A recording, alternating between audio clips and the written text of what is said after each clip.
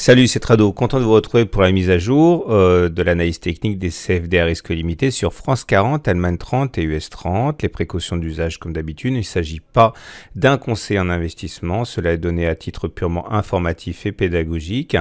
Il faut vous rapprocher d'un spécialiste pour savoir si le trading sur CFD correspond à votre profil d'investisseur. On commence donc par l'analyse du France 40, l'équivalent CFD du CAC 40 en données hebdomadaires. Pour l'instant, les cours sont toujours à l'intérieur de ce canal orange, dont la pente est extrêmement forte, qui est bien sûr intenable à long terme, mais pour l'instant, il n'y a aucun signe de faiblesse. On peut tout à fait envisager que les opérateurs désirent aller chercher les 5640, 5660.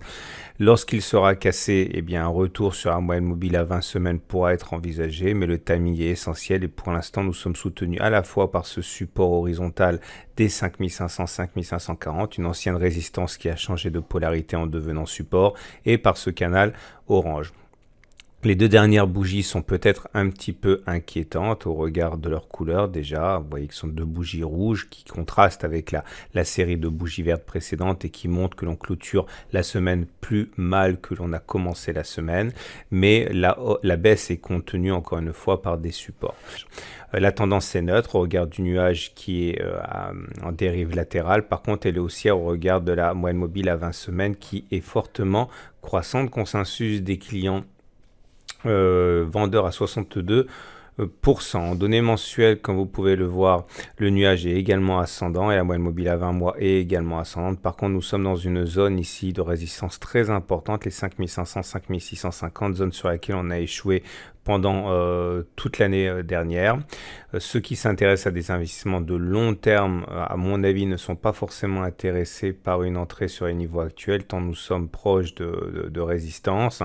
Ils préféreront sans doute rentrer sur les 4545, 4745, ou alors en cas de franchissement de cette résistance des 5500, 5650.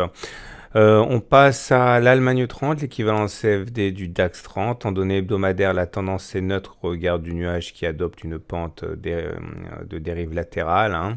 Nous avons par contre une moyenne mobile à 20 semaines qui est ascendante, donc on est en tendance haussière au regard de la moyenne mobile à 20 semaines, mais en tendance neutre au regard de l'Ishimoku. Nous sommes entre une zone de support importante à 11 770, 11 700 et une zone de résistance à 12 870, 12 800. Il n'y a aucune raison de penser que l'on ne puisse pas aller rencontrer cette résistance des 12 870. Par contre, on ne sait pas si on arrivera à la passer. On retiendra que ceux qui investissent pour le moyen terme, sans doute ne rentreront pas sur les niveaux actuels, puisqu'ils préféreront sans doute attendre un retour sur les 11 770, 11 700. En données mensuelles, nous avons une tendance qui est faiblement haussière, avec un nuage qui est certes montant, mais qui commence à s'aplatir sérieusement, une moyenne mobile à 20 mois qui elle aussi est plate. La résistance de long terme est à 13 200, 13 600. Ceux qui s'intéressent aux investissements de long terme sans doute attendront soit que l'on revienne sur la zone des 11 700, 12 000, soit que l'on clôture au-dessus des 13 600, 13 600 pour effacer cet obstacle.